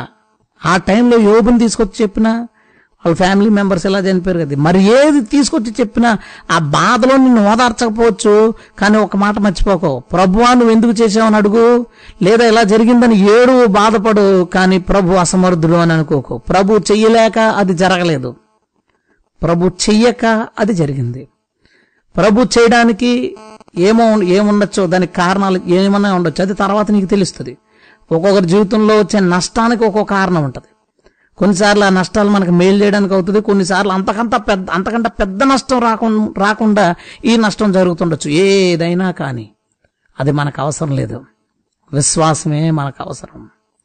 నీ జీవితంలో నష్టం వచ్చినప్పుడు నీ విశ్వాసాన్ని మాత్రం నష్టపోకు, దాన్ని కాపాడుకో. నీ పని అదే, ఎక్కువద్దు, ఆవగింజలాగా నీ కొద్ది విశ్వాసాన్ని, నా ప్రభు సర్వశక్తి, అప్పుడు కూడా అదే నమ్ము. ఒకసారి నువ్వు బలంగా ప్రార్థించిన ఒక విషయం జరగలేదు, ఫెయిల్ అయితే తర్వాత సారి ఇంకొక ప్రార్థన అవసరత నీ ముందుకు వచ్చినప్పుడు ఆ నమ్మకం నీ దగ్గర ఉందా? ఇప్పుడు నాకు చెప్పు సమాధానం. ఎవరో ఒకరి కోసం ప్రార్థన చేసావు, క్యాన్సర్ పేషెంట్, ఎలాగైనా బ్రతికించమని అడిగావు, గోజాడావు, కానీ చనిపోయింది ఆమె. మళ్ళీ వెంటనే 4 రోజుల తర్వాత ఎవరో ఫోన్ చేసేవండి, నాకు క్యాన్సర్ అని నా కోసం ప్రార్థన చేయండి అంటే మళ్ళీ అదే విశ్వాసంతో ప్రార్థన చేయగలవా? ప్రభా నువ్వు బ్రతికిస్తావు, నమ్ముతున్నాను, నువ్వు బ్రతికించు అని చేయగలవా? అలా చేయగలవా? మొన్న ఇలా జరిగింది కదా, ఇప్పుడు జరుగుద్దా జరగదా? పోయింది నీది. లాస్ అయినప్పుడు నీ విశ్వాసాన్ని కూడా లాస్ అవుతున్నావు. ఏదైనా నీ జీవితంలో ఎదురు దెబ్బలు తగిలినప్పుడు, అలాంటి విషయాల గురించి మళ్ళీ ప్రార్థన చేయాల్సి వచ్చినప్పుడు నీ ముందుటి విశ్వాసాన్ని కొనసాగించాలి. మధ్యలో జరిగిన ఇన్సిడెంట్ నీ విశ్వాసాన్ని లీక్ చేయకూడదు. ఆవగింజలోంచి ఏది ఎలాగ లీక్ అవ్వదు. మన టమాటా విశ్వాసాలు మనయ్య. అది చూడండి, నువ్వు టేబుల్ మీద పెట్టు, ఒక ప్లేట్లో, వారం రోజుల తర్వాత చూడు అలాగే టమాటా ఉంటుంది, దాంట్లోంచి రసం బయటకు వచ్చేస్తూనే ఉంటుంది. ఎవడో కన్నం పెట్టక్కర్లేదు, పొడవక్కర్లేదు, అందులోంచి అలాగ లీక్ అయిపోయి అలా సైజు తగ్గిపోయి అలాగే చిన్నగా అయిపోద్ది. ఆవాలు పెట్టు, అలాగా ఏం లీకేజ్ ఉండదు వాటికి. మన విశ్వాసం ఎక్కువ ఉండక్కర్లేదు, పెద్దగా ఉండక్కర్లేదు, పెద్ద పెద్ద కార్యాల కోసం పెద్ద పెద్ద మాటలు చెప్పేసిగా ఉండక్కర్లేదు. దేవుడు ఏదైనా చేయగలడు అనే నమ్మకాన్ని నువ్వు నష్టం వచ్చినా కష్టం వచ్చినా కాపాడుకోదగినంత ఉంటే చాలు. మూడోది ఎప్పుడు పోద్ది అంటే విశ్వాసం మోమాటం దగ్గర పోద్ది. మొదట కష్టం వచ్చినప్పుడు పోద్ది, రెండోది నష్టపోయినప్పుడు పోద్ది, మూడోది విశ్వాసం కొన్నిసార్లు మోమాటం దగ్గర పోద్ది. ఏదో చేయమంటారు, ఎవరో రమ్మంటారు, అయ్యో ఇది చేయకూడదు కదా, ఇడు వెళ్ళకూడదు కదా, చెప్పలేము. లేదండి నేను ప్రభువుని నమ్ముకుని, నీ విశ్వాసాన్ని నువ్వు చెప్పుకోలేవు. నీ విశ్వాసాన్ని ప్రజలందరూ ఎదుట వెల్లడి చేయలేనప్పుడు అది విశ్వాసం ఎలా అవుతుంది? మన విశ్వాసం వెల్లడవ్వాలంతే. అదే చెప్తారు రోమపత్రులు, మీ విశ్వాసం సకల ప్రజలకి వెల్లడవుతుంది. మన విశ్వాసం ప్రజల ముందు వెల్లడవ్వాలి. అలాంటి కండిషన్ వచ్చినప్పుడు, అలాంటి పరిస్థితి వచ్చినప్పుడు మన విశ్వాసాన్ని మనం కనపరచాలి. మొహమాట పడిపోయి లేదండి తినకూడదు కదా, కానీ తప్ప తినేద్దాం, ఏమంటారో ఏంటి, ఏమనంటే ప్రభు కాయలేడా, ఇక్కడికి రమ్మన్నారు, నువ్వు దేవుడు నడిపించట్లేదు వద్దని, మానేస్తే ఏమన్నా చేస్తాడంటావు? బాబు మానేస్తే ఉద్యోగం కానీ పోద్దంటావా? ఏ ఉద్యోగం పోతే ముందు అప్పుడు నీకేమనిపించారు? అసలు ఉద్యోగం తీసేస్తాడా? ఈ ఉద్యోగం ఇచ్చినట్టు దేవుడే, ఇది పోతే ఇంకోటి ఇస్తాడు. ఆ విశ్వాసం ఉండదు. మొహమాటం దగ్గర, భయం దగ్గర విశ్వాసాన్ని లీక్ చేసుకుంటాం. దేనికి భయపడకు, ఎవరి దగ్గర మొహమాట పడకు. నీ విశ్వాసాన్ని నీవు చూపించాల్సిన హక్కు నీకుంది. దాన్ని నువ్వు కోపంతో కాక ప్రేమతో చెప్పంతే. అది నేను తినకూడదండి, ఇది ప్రభువుని నమ్ముకున్నాను కదా, నేను రాకూడదండి ఆ ప్లేస్కి, సండే కదండి నేను చర్చికి వెళ్ళాలి, ఎంత పెద్ద అవసరం నాకు తప్పదండి, చర్చిలో ప్రేయర్ ఉంది, చెప్పు. నీ విశ్వాసాన్ని నువ్వు చూపు. ఎందుకు దాన్ని పాడు చేసుకుంటావు? విశ్వాసానికి వ్యతిరేకమైన పని ఎందుకు చేసుకుంటావు? నీ విశ్వాసం దృఢమైందిగా, ఆవగింజ లీక్ లేకుండా ఎలా ఉంటుందో అలా ఉండాలి. నంబర్ 2, ఆవగింజ రెండవ క్వాలిటీ ఏంటంటే, రెండే క్వాలిటీ చెప్తాను నేను. రెండో క్వాలిటీ ఏంటంటే, దానిపైన సర్ఫేస్ చూసావా, ఉపరితలం చాలా స్మూత్గా ఉంటుంది. దాని మీద ఏ డస్ట్ అన్నా పడితే ఇలాగంటే పోతుంది.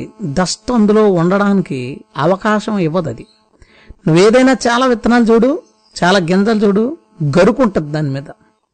గరుకుండడం వలన మట్టి ఏదైనా దాని మీద పడితే ఆ మట్టి దాంతో పాటు ఉండిపోతుంది. నీళ్ళేసి కడిగితే తప్ప అది పోనట్టుగా దాంతో అతిక్కుపోతుంది. కానీ ఆవగింజ అలాగా నువ్వు ఇలా తొడు, అది ఆ సర్ఫేస్ని అంటుకుని దాంట్లోకి వెళ్ళిపోలేదు. ఎందుకంటే దాని మీద సున్నితత్వం అన్న ఏదైనా డస్ట్ కావచ్చు, మట్టి కావచ్చు, ఏదైనా దాని మీద పడినా దాని మీద అంటుకుని ఉండడానికి అవకాశం ఉండదు. విడిపోతుంది, అది దాంతో విడిపోతుంది. గరుకున్నప్పుడు ఆ విశ్వాసానికి కొన్ని విశ్వాస వ్యతిరేకమైనవి అతుక్కుని ఉండిపోతాయి. ఉదాహరణ చెప్తాను చూడు. యేసుని నమ్ముకుంటాం, నమ్మకం ఉంది, బాగానే ఉంది. ఈలోపు కొన్ని రకాల దుర్బోధల వాళ్ళు వచ్చి, దుర్బోధ శాఖ వాళ్ళు, దుర్బోధ చర్చోళ్ళు వచ్చి మనకు చెప్పినప్పుడు కొన్ని మాటలు మన మనసులో ఉండిపోతాయి. యేసు ప్రభువుకు వ్యతిరేకంగా. ఆయన దేవుడు కాదండి, దేవుని కుమారుడు అయితే మాత్రం చిన్నోడు ఏంటి, దేవుని కుమారుడైనా చాలా పెద్ద విషయమే, కానీ దేవుడు అని అనేసుకుంటారు అంతే, కానీ దేవుడు కుమారుడు అంతే, కానీ యేసు చాలా గొప్పవాడు అన్నారనుకోండి, అది వచ్చి అంటుకుపోతుంది. వీడి విశ్వాసానికి అంటుకుపోతుంది. ఏమనంటే యేసు దేవుని కుమారుడు మాత్రమే అని వీడి విశ్వాసానికి అంటుకుపోతుంది. అలా కొన్ని మాటలు ఏమనంటారంటే, ఒక్కొక్కరు మనం అనేసుకుంటాం కానీ భూమి మీద ఉన్నంతసేపు పరిశుద్ధంగా ఉంటే భూమి మీద ఉన్నంతసేపు మనకు మంచి జరుగుతుంది. చచ్చిపోయిన తర్వాత నరకంలో పడేసి దేవుడు ఎందుకంటే అన్ని సంవత్సరాలు శిక్షిస్తాడు? దేవుడు అలాంటి కాదండి, ప్రేమామయుడు. అలాంటివి అంటుకుపోతాయి. నరకంలో శిక్ష ఉండదట, ఉండదేమో లే, నిజమే కదా. మన విశ్వాసానికి విశ్వాసహీనమైనవి, విశ్వాస భ్రష్టమైనవి, విశ్వాస వ్యతిరేకమైనవి మన దగ్గరకు వచ్చినప్పుడు అంటుకోకూడదు. మన విశ్వాసం ఎప్పుడైతే ప్యూర్గా, ప్లెయిన్గా, ఏ విధమైన గాళ్ళు గరుకులు వంకరలు లేవు, చాలా నీట్గా ఉంది అంటే నీ విశ్వాసం ప్రభు విషయంలో ఒక క్లారిటీ ఉండాలి నీకు. యేసు ఏంటి, యేసు సామర్థ్యం ఏంటి, యేసు ఏం చేయగలడు, యేసు చెప్పిన బోధలు ఎంతవరకు నమ్మచ్చు, ఎంతవరకు నమ్మేటి 100%. యేసు ఏం చెప్పినా కరెక్ట్. యేసు నిజమైన దేవుడు, నిత్యజీవం, రక్షకుడు, తీర్పరి, దేవుని కుమారుడు, దేవుడు. నువ్వు అలాగూ ఫిక్స్ అయితే ఇంకా వేరొక దానికి అవకాశం లేదు. అలాగూ నువ్వు కనుక ఒక క్లారిటీతో నువ్వు ఉంటే ఇలాంటివి ఎన్ని మన మీదకి వచ్చి పడినా అవి మనతో కలిసిపోవు, మనతో ఉండిపోవు, ఎప్పటికీ అంటున్నట్టే ఉంటాయి. ఎప్పుడు మనకు సంబంధం లేదు, మనలోనికి ప్రవేశించలేవు. చాలా మంది విశ్వాసం ఎలా పోతుందో చెప్తున్నాను. ఆవగింజని ఎందుకన్నాడంటే, ఆవగింజ మీద డస్ట్ అంటుకుని ఉండలేదు. డస్ట్, మట్టి, ఈ భూసంబంధం వ్యర్థమైన అంటుకొని ఉండలేవు దానికి. మనం ఎలా ఉందంటే ప్రజెంట్ డాక్టర్స్, కల్ట్స్ 2 రకాలు. నేరుగా మేము దుర్బోధకులం అని కనబడిపోతుంది, డైరెక్ట్ కల్ట్స్ అంటాం వాటిని. రెండోది పరోక్షంగా దుర్బోధన చెప్తే డిసీవింగ్ కల్ట్స్ అందాం. అంటే ఉదాహరణకి తోడేలు 2 రకాలు కదా. డైరెక్ట్గా తోడేలే వచ్చి దాడి చేస్తుంది గొర్రెల మీద, అదొక రకం. ఇంకో రకం ఏంటంటే తోడేలు గొర్రెతోలు కప్పుకుని వస్తుంది, గొర్రెలు అనుకుంటే అది గొర్రెని. అలాగూ ఎలాగ దాడి చేసేవాళ్ళు ఉన్నారు, అలాగ దాడి చేసేవాళ్ళు ఉన్నారు. ఎలా దాడి చేసినా నీకు క్లారిటీ ఉన్నప్పుడు అది నీకు అంటుకుని ఉండకూడదు. నేను చెప్పేది జాగ్రత్తగా విను. ప్రస్తుతం ఈ డైరెక్ట్ కల్ట్స్ ఉన్నాయి, డిసీవింగ్ కల్ట్స్ ఉన్నాయి. డైరెక్ట్ కల్ట్ యెహోవా సాక్షులు, ఈ 7th డే వాళ్ళు, బ్రనహాముకు సంబంధించిన వాళ్ళు, మనకు తెలిసేళ్ళు, వీళ్ళకి ఈ భాష యేషువా అని అనాలి, లేదంటే యేసు ప్రభు ఆ ప్రార్థన వినడం, ఇలాంటివి ఉన్నాయి చూసారు, చాలా ఉన్నాయి. ఇవి డైరెక్ట్ కల్ట్స్. ఇవి మనకు అంటుకుంటే ఇవి మనకు తెలుసు కాబట్టి మన వాటికి దూరం ఉంటాం. కానీ డిసీవింగ్ కల్ట్స్ ఉన్నాయి. ఇవి కల్ట్స్ అని మనకు అనిపించవన్నమాట. వీళ్ళు ఎంత మంచి క్రైస్తవులు, వీళ్ళు మనకంటే మంచిగా బోధ చేస్తున్నారు, మనకంటే డిసిప్లిన్గా కూర్చున్నారు, మనకంటే చాలా సిస్టమేటిక్గా ఉన్నారు, అన్ని చర్చల కంటే వీళ్ళు బాగున్నారు. అందరూ ఇలాంటి వాళ్ళందరూ నేను దుర్బోధకులు అనట్లేదు, కానీ ఇలాంటి కొన్ని కల్ట్స్ ఉన్నాయి. పైకి చాలా మంచి వాళ్ళుగా కనిపించేవాళ్ళు, చాలా మంచి క్రైస్తవులుగా కనిపించేవాళ్ళు, స్వచ్ఛమైన బోధ చేస్తున్నట్టుగా కనిపించేవాళ్ళు, వాళ్ళకు దాన్ని అనుసరించేవాళ్ళు చాలా చక్కగా ఉన్నట్టుగా మనకు కనబడేవాళ్ళు ఉన్నారు, మన మధ్యన ఉంటారు. నువ్వు జాగ్రత్త. నీ ఫెయిత్ లో క్లారిటీ లేకపోతే ఇలాంటి వాళ్ళందరూ వచ్చి నీ మీద చేరి నిన్నొక మురికి వాడిగా, పనికిరాని వాడిగా, నీ విశ్వాసంలో నిన్ను భ్రష్టునిగా చేసి పాడేస్తారు. భ్రష్టునిగా ఆఖరి నీ రంగు చూడు, ఎప్పుడైతే మట్టి అంటుకుపోయి ఆ మట్టి కూరుకుపోతుందో దాని రంగు మారిపోతుంది, దాని స్వభావం మారిపోతుంది. మన స్వభావం మారిపోకూడదు. మనం ఎలాంటి విశ్వాసంతో ఉన్నామో, ఎలా ఉన్నామో అలాగే ఉండాలంటే మన సర్ఫేస్ చాలా నీట్గా ఉండాలి. అంటే మన విశ్వాసంలో ఒక క్లారిటీ ఉండాలి, మనకొక స్పష్టమైన అభిప్రాయం, చాలా స్పష్టమైన అభిప్రాయం. ఇక దానిలోంచి ఎవడు ఏం చెప్పినా సరే కుడి ఎడమల కథలని తొట్టిల్లనే అభిప్రాయం కావాలి. నేను కొత్తగా ప్రభు నమ్ముకున్న కొత్తలో ఒకసారి ఒక పుస్తకం వచ్చింది నాకు. ఏంటంటే బుక్ పేరు సరి గుర్తులేదు. దాని మీద అది ఎలా ఉంటుందంటే బైబిలే, దాని ముందు కొన్ని పేజెస్ రాసి ఉంటాయి అనమాట. ఒక 30-60 పేజెస్ ఎంత సంథింగ్ రాసి తర్వాత బైబిల్ స్టార్ట్ అవుద్ది. మామూలు పుస్తకంలా ఉంటుంది. నేను చదువుకుంటున్నాను. అందులో వాయిద్యాల గురించి ఉంది. వాయిద్యాలు వాయిస్తారు, అసలు కొత్త నిబంధనలో వాయిద్యాలు వాయించకూడదు, సో ఇదంతా ఏదో ఒక దుర్బోధ అలా ఎలా చెప్పిన తర్వాత నేనేంటి అప్పుడే నేర్చుకున్నాను, ముందు వారమే నేర్చుకున్నాను కాంగో కొట్టడం. వెళ్ళిపోయాను, చర్చిలో కూర్చున్న తర్వాత పాస్టర్ గారు ఏమ్మా దా కాంగో కొట్టంటే అందరి ముందు మన వాయిద్యాలు వాయించకూడదు కదండి అన్నాను నేను. వెంటనే ఆమె, అది చర్చ్ ఆఫ్ క్రైస్ట్ బోధ, నువ్వు ఏదేదో చదివేస్తున్నావు, జాగ్రత్తగా ఉండు అన్నారు. ఏంటి ఇన్నుంటాయా? నేను వెళ్ళిపోయి కాంగ్రెస్ చర్చ అయిపోయినని ఇంటికి పోయి మోకరించాను.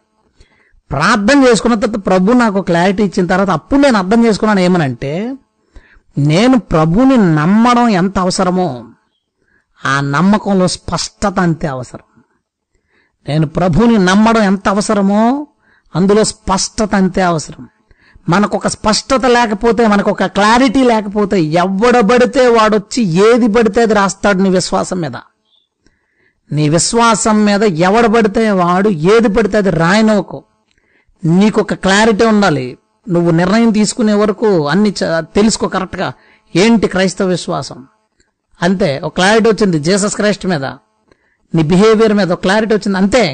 ఇంకెవడేం చెప్పినా. ఎలా అయిపోయిందంటే పరిస్థితి, యేసుప్రభుని నమ్ముకున్న తర్వాత ప్రతి దాని గురించి ఇది తప్పేమో, తప్పు చేస్తే భయపడి తప్పులకి దూరంగా ఉంటే ఏదైనా ఎందుకు వచ్చిందిరా మనకు అనుకునేవాళ్ళు.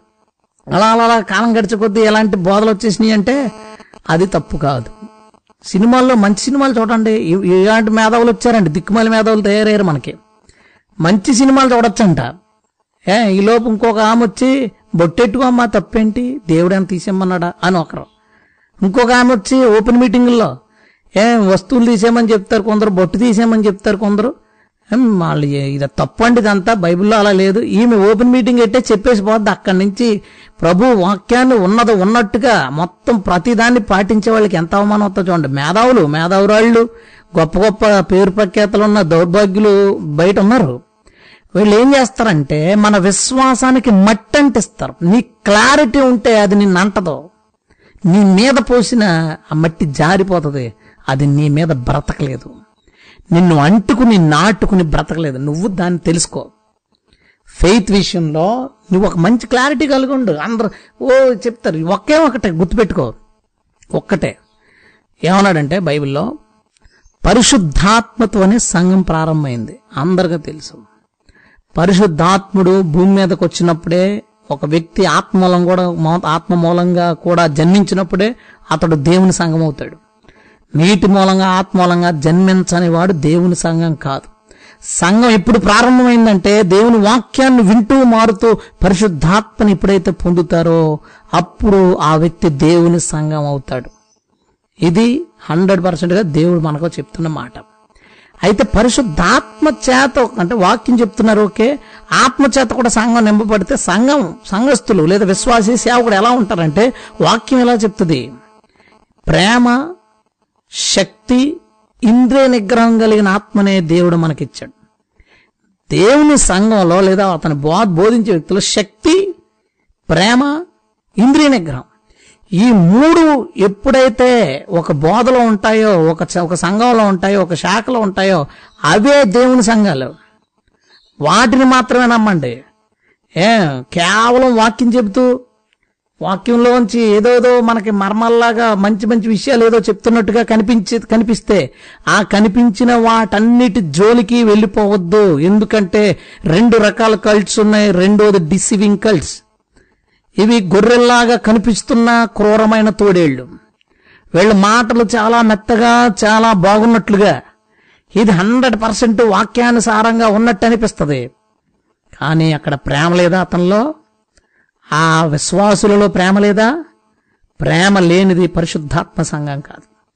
పరిశుద్ధాత్మ ఉంటే ప్రేమ, పరిశుద్ధాత్మ ఉన్న చోట ప్రేమ వస్తుంది. అది ప్రారంభమవుతుంది, పెరుగుతుంది. ప్రేమ లేదా అక్కడ రాజకీయాలు జరుగుతున్నాయా? ఒకరంటే ఒకరు పడన అసూయలతో కలహాలతో కొట్టుకొని చేస్తున్నారా? అది దేవుని సంఘం కాదు. వాళ్ళ బోధ దేవుని బోధ కాదు. దేవుని బోధ, దేవుని సంఘము నిన్ను మోసగించదు. ఏంటో తెలుసు, అందులో శక్తి ఉంటుంది. చాలా సంఘాలు శక్తిని తీసేసాయి. అందులోంచి దేవుని సంఘం నుంచి శక్తిని బయటికి గెంటేశారు. పరిశుద్ధాత్ముడు ఉన్న చోట, పరిశుద్ధాత్ముడు పని చేసే చోట దేవుని శక్తి పనిచేస్తుంది. హల్లెలూయా. దేవుని శక్తి పనిచేస్తుంది. ఎందుకంటే శక్తి, ప్రేమ, ఇంద్రియ నిగ్రహం, ఈ 3 ఉంటుంది. పరిశుద్ధాత్మ ఎక్కడ ఉంటే అక్కడ. అలాంటి ఆత్మను దేవుడిచ్చాడు. ఆత్మ పనులు చేయాలి అక్కడ. ఆత్మను రానివ్వకుండా మాటలతో, అందుకని అన్నాడు దేవుని రాజ్యం మాటలో లేదు కానీ శక్తిలో ఉన్నదని. ఎందుకన్నాడు? మాటలు చాలా మంది చెప్తారు, మాటలు చాలా బాగా చెప్తారు. జాగ్రత్త, నిన్ను మోసగించే వాళ్ళు ఉన్నారు. నిన్ను మోసగించే సంఘాలున్నాయి, నిన్ను మోసగించే బోధలున్నాయి. ఓ ఫేస్బుక్లోను వాట్సాప్లోను తిప్పి తిప్పి కొట్టేస్తున్నారు. కొన్ని సంఘాలు పరిశుద్ధాత్మకు విరోధంగా బోధ చేసేవి, కొన్ని సంఘాలు దేవుని శక్తికి విరోధంగా బోధ చేసేవి, కొన్ని సంఘాలు ఏంటిది ఆశా నిగ్రహానికి వ్యతిరేకంగా. ఆశా నిగ్రహం దేవుని వాక్యంలో ప్రతి పాపము ఆశా నిగ్రహానికి సంబంధించింది. ఆశా నిగ్రహం అంటే అర్థం ఏంటంటే ప్రతి పాపాన్ని మనిషి విడిచిపెట్టాలని, దాని మీద ఉన్న ఆశను విడిచిపెట్టాలని. అబ్బే మానేశారు. కొన్ని తప్పిదాల గురించి ఇది బైబిల్లో పాపమని చెప్పలేదు. ఎక్కడ చెప్పారో చెప్పండి. లాజిక్లు చెప్తూ వాక్యాలు వదిలేసి ఆజ్ఞలు వదిలేసి దాన్ని ఏం చెప్తున్నారో దాన్ని గొప్పగా చెప్తుంటే దాన్ని చూడండి ఫార్వర్డ్ చేస్తారండి ఒక్కొక్కడు. సినిమాలు చూసినా తప్పు లేదని చెప్పాడంటే ఈ సినిమాలు చూసే బ్యాచ్ అంతా తిప్పి తిప్పి తెక్కొడతారు. నువ్వు ఎలాగైనా రంగులు వేసుకుని తిరుగు అని చెప్పింది అనుకో, ఎవరన్నా చెప్పాడు అనుకో, తెగ తిప్పేస్తారు వాట్సాప్లో. మ్యాటర్ టైప్ చేసి రబా అంటారు, శబ అంటారు, ఏం కాదు దేవుడే, ఏం భాషలు లేవు, దేవుడేం మాట్లాడ్డు అని ఎవడని చెప్పాడు, తెగ తిప్పి కూడా ఆ బ్యాచ్ అంతా. ఏంటిది? శక్తియు ప్రేమయు ఇంద్రియ నిగ్రహం కలిగినది దేవుని ఆత్మ. పరిశుద్ధాత్ముడు ఎక్కడ పని చేసినా ఈ మూడు ఉంటాయి. ఈ మూడు లేకుండా, శక్తి లేకుండా, ప్రేమ లేకుండా, పాపాన్ని అన్ని పాపాలను ఖండించకూడదు. ఎప్పుడు చూడండి విషం బాటిల్ ఇచ్చే కొన్ని కల్ట్స్ ఉన్నాయి. పాలల్లో ఒక్కొక్క చుక్క విషం వేసి రోజు చుక్క డోసులు పెట్టి మనుషుల్ని తమ తప్పుడు డాక్టరీన్లో ఇరికించే వాళ్ళు ఉన్నారు. నీకు క్లారిటీ లేకపోతే నీ విశ్వాసం మీద చాలా అంటుకుంటాయి. జాగ్రత్త. ఆవగింజ మీద ఏది అంటుకోదు, ఎందుకంటే దాని సర్ఫేస్ చాలా స్మూత్గా ఉంటుంది, చాలా నీట్గా ఉంటుంది. నీ విశ్వాసం మీద ఎవడు పడతాడు, ఏడు పడితే అది రాస్తున్నాడు. అమ్మ చూడు, ఒక్కొక్కరు చూడండి ఏది వింటది, ఇలాంటి కదా నిజమేనా, ఇలాంటి కదా నిజమేనా, ఇలాంటి కదా నిజమే. ఎందుకు నువ్వు అలా చంచలంగా ఉందంటే నీది ఆవగింజ కాదు నీ విశ్వాసం. నీ గింజ ఆవగింజ, నీ విశ్వాసం ఆవగింజ కదా, కాకరకాయ లాంటిది. ఏ దేశం పొద్దు దాని మీద గరుకు కదా. నువ్వు అలా ఉన్నావా? నువ్వు అలా ఉన్నావు? నువ్వు ఆలోచించి ఒకసారి. ముస్లిమ్స్ వచ్చి ఏదన్నా చెప్తే ముస్లింలో కూడా ఇస్లాంలో కూడా సత్యం ఉంది, అయితే అమ్మ వాళ్ళు చెప్తున్నది దాంట్లో కూడా లాజిక్ ఉంది. హిందూస్ ఏమైనా చెప్తే వీళ్ళు చెప్తున్నది కూడా లాజిక్ ఉంది. మొన్న ఒక అతను కలిశాడు, మాట్లాడుతుంటే ఫోన్లో వేరే దానికోసం మాట్లాడుతుంటే అతను మీరు పాస్టరా అంటే అవునంటే ఇంకా మనోడు అన్ని మతాల గురించి అతనికి తెలుసు అనమాట, అవగాహన ఉంది, అన్ని గ్రంథాలు చదివినట్టున్నాడు. మనోడు నన్ను ఏదో మామూలుగా మాట్లాడతా ఇతర మతాల మీద మీ అభిప్రాయం ఏంటి అన్నాడు. ఇతర మతాలు అంటే ఇస్లాం కోసం ఏమైనా చెప్పమంటారా, చెప్పండి. నేను అందులో కొన్ని విషయాలు చెప్తుంటే లేదండి తప్పు, ఇస్లాంని మీరు అలా అనకూడదు, బైబిల్ గురించి ఎంత బాగుందో తెలుసా, గ్రంథ ప్రజల దగ్గరికి వెళ్ళి మీరు తెలుసుకోండి, మీరు ఆ తోరా ఇంజీల్ అంటే సువార్తలు అనమాట, తోరా అంటే ధర్మశాస్త్రం, జబూర్ అంటే కీర్తనలు. తోరా, ఇంజీల్, జబూర్ మూడింటిని నమ్మువాళ్ళు, ఆ మూడి గ్రంథాలని నేనే ఇచ్చాను వాళ్ళకి అని ఉందండి. ముస్లిమ్స్ ఖురాన్ ఏమో బైబిల్ని గౌరవిస్తుంది, కానీ మీ క్రిస్టియన్స్ మాత్రం ఇలా ఉన్నారు, మీరెందుకు ఇతర మత గ్రంథాలను గౌరవించట్లేదో వాటూటనేస్తున్నాడు. నేను అన్నాను, అయింది చదివారా మీరు ఖురాన్ అంటే? చదివాను అన్నాను. నిజం చెప్పండి అంటే మనవాడు ఏంటంటే పుస్తకాలు చదివాడు అనమాట. నేను చెప్పాను 4 సార్లు చదివాను ఖురాన్. దానిలో ఏమని రాయబడుతుంది అంటే, డబ్బులు తీసుకుని ఇశ్రాయేలీలు నేనిచ్చిన తోరాని మార్చేశారు, డబ్బులు తీసుకుని ఇంజీల్ని మార్చేశారు అంటే సువార్తలను మార్చేశారు, డబ్బులు తీసుకుని జబూర్ అంటే కీర్తనల్ని మార్చేశారు. ఏమని చెప్పింది ఖురాను? అతనేం నేర్చుకున్నాడంటే జబూర్, ఇంజీల్ అండ్ తోరాలని మన భాషలోకి వచ్చేద్దాం, ధర్మశాస్త్రము, కీర్తనలు, సువార్తల్ని నమ్మమని ఉన్నదే అతనికి అర్థమైంది. అదే విషయాన్ని క్రైస్తవులకు చెప్తే నిజమేనా, అయితే మనం కూడా మిగతా వాటికి రెస్పెక్ట్ ఇవ్వాలి, మనం ఎందుకు రెస్పెక్ట్ ఇవ్వట్లేదు, అందులో ఉన్నది కూడా నిజమే కదా అని అనుకుంటాం. నీకు క్లారిటీ ఈరోజు నేను చెప్తున్నాను చూడు, ఖురాన్ చదివిన వాడిగా, వేదాలను ఎంతో కొంత అవగాహన చేసుకున్న వ్యక్తిగా, మనుస్మృతిని 2 సార్లు చదివాను నేను, మనుస్మృతిని 2 సార్లు చదివిన వ్యక్తిగా, ఇతర పురాణాల గురించి ఒకంత ఏంటి పురాణాలు ఎందులో ఏ కాన్సెప్ట్ లో దాని మీద రాశారు ఇవంతా ఒకంత తెలిసిన వ్యక్తిగా, ఈ బుద్ధిజం గురించి నాకు కొన్ని విషయాల్ని నేను అవగాహన చేసుకుని నేర్చుకుని తెలుసుకున్న వ్యక్తిగా నేను మీతో చెప్తున్న ఒకే ఒక మాట, ఈ భూమి మీద దైవ గ్రంథం ఏదైనా ఉంటే బైబిల్ మాత్రమే. హల్లెలూయా. ఈ భూమి మీద సత్యం ఏదైనా ఉంటే అది బైబిల్ మాత్రమే. ఇతర గ్రంథాల్లో మంచి ఉండొచ్చు, చెడు ఉండొచ్చు. మంచి చెడు ఒక చోట కలిపి ఉందంటే అర్థం ఏంటి? మంచిని పైకి చూపిస్తూ చెడు నేర్పిస్తుందని. మంచి మాత్రమే ఉన్నదే దేవుడిది. దేవుళ్ళో కూడా మంచి చెడు ఉంటే మనం కూడా దేవుడితో సమానమే. మనం కూడా దేవుడితో సమానమే. దేవుళ్ళో చెడు లేదు, మంచి మాత్రమే ఉంది. దేవుని గ్రంథాల్లో కూడా మంచి మాత్రమే ఉండాలి, మంచి మాత్రమే ఉన్నది, సత్యం మాత్రమే ఉన్నది, బైబిల్ మాత్రమే. హల్లెలూయా. మిగతా గ్రంథాల గురించి నువ్వు తెలుసుకోవాల్సిన అవసరం వస్తే తెలుసుకో. ఎందుకంటే ఆయా మతస్థులతో మాట్లాడడానికి, వాళ్ళకి ఈ సత్యం చెప్పడానికి, దానిలో ఉన్న దాని గురించి చెప్పాల్సి వచ్చినప్పుడు తప్ప అందులో కూడా మంచి ఉందేమో, ఆ బోధల్లో కూడా నీతి ఉందేమో, వాటిలో కూడా ఎంతో కొంత యథార్థత ఉంటుంది అనే ఆలోచనతో ఎప్పుడూ వాటిని ముట్టుకోకు. నీ విశ్వాసం మీద మట్టి పడే అవకాశం ఉంటుంది. వివేకానంద గారు ఇలా అంటారు కదా, మీకు తెలుసు ఏంటి? ఆయన, నేను ప్రభు ఉన్న కాలంలో పుట్టుంటే కన్నీటితో కాదు నా రక్తంతో అతని పాదాలు కడుగుండేవాణ్ణి. Very good. మహాత్మా గాంధీ అన్నాడు, ఆయన సబర్మతి ఆశ్రమంలో ఉన్నప్పుడు ఆయన లైవ్ స్టోరీ రాయడానికి ఫారినర్ వెళ్ళినప్పుడు అతని గదిలో, అతని ఆశ్రమంలో ఒక్క ఫోటో కూడా లేదు. ఏది? జీసస్ క్రైస్ట్ది మాత్రం ఆర్ట్ వేసింది ఒక ఫోటో ఉంది. ఏంటి? ఏ బొమ్మ పెట్టుకోకుండా యేసుక్రీస్తుది మాత్రమే పెట్టుకున్నారు గాంధీ గారు. ఏ దేవుడు యేసు కనబడితే నా రక్తంతో అతని పాదాభిషేకం చేస్తాను, రక్తంతో అంటే చచ్చిపోతానని, అతని పాదాల దగ్గర నేను చచ్చిపోతాను అన్నాడు. కానీ వీళ్ళిద్దరు ఎందుకు బాప్తిసాలు తీసుకోలేదు? ఎందుకు యేసుప్రభుని అంగీకరించలేదు? అంటే వాళ్ళ నమ్మకం. అంటే 7 వాల్యూమ్స్ ఉంటాయి వివేకానంద లైఫ్ హిస్టరీ. అందులో జీసస్ గురించి చెప్పిన ప్రతి మాటని మనం తీసుకుంటే కొన్ని చోట్ల జీసస్ని గొప్పగా హైలైట్ చేస్తారు, కొన్ని చోట్ల మాత్రం యేసు దేవుడే, కృష్ణుడు దేవుడే, బుద్ధుడు దేవుడే, ఈ భూమి మీద కావలసినవన్నీ అందించడానికి, రౌద్రాన్ని అందించడానికి ఒకరిని, సత్యాన్ని అందించడానికి ఒకరిని, శాంతిని అందించడానికి ఒకరిని దేవుడు పంపించాడు అని ఆయన నమ్మాడు. అది గాంధీ గారు ఏమని చెప్తారు? ఇది మాత్రమే సత్యం అనేది ఏది అసలు నిజమైన సత్యం కాదు. ఇతర మతాల్ని గౌరవించని, అంటే ఇతర మతాలు కూడా దైవత్వం ఉన్నవి అని క్రైస్తవులు గౌరవించరు కాబట్టి నేను క్రైస్తవ్యాన్ని స్వీకరించలేదన్నారు ఆయన. ఇదే సత్యం అని, నేనే సత్యం, నేను సత్యం అని లేదు యేసు. నేనే సత్యం అని అన్నప్పుడు ఆ మాటను వాళ్ళు అంగీకరించలేదంటే ఇతర మతాల్లో ఉన్న గొప్పవారి కోసం చెప్తున్నాను. అందు మహాపండితుడు, మేధావులు కూడా ప్రభు దగ్గరికి రాపోవడానికి రీజన్ అందులో నా సత్యం.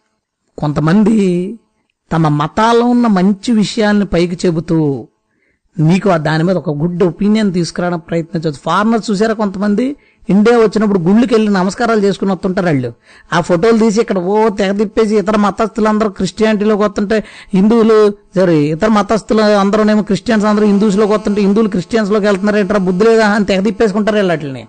కారణం ఏంటో చెప్పనా? వాళ్ళు గుళ్ళ దగ్గర రావడానికి కారణం ఏంటో చెప్పనా? ఆవగింజ కాదు, వాళ్ళ విశ్వాసం.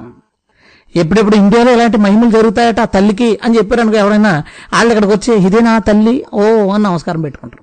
ఏమీ లేదు అందులో అని మనం అంటాం. మనందరి విశ్వాసం మీద మట్టి అంటించే డాక్టరీన్స్ ఉన్నాయి, అలాంటి కల్ట్స్ ఉన్నాయి, అలాంటి మత బోధకులు ఉన్నారు. జాగ్రత్త, నీకు క్లారిటీ ఉండాలి యేసు గురించి.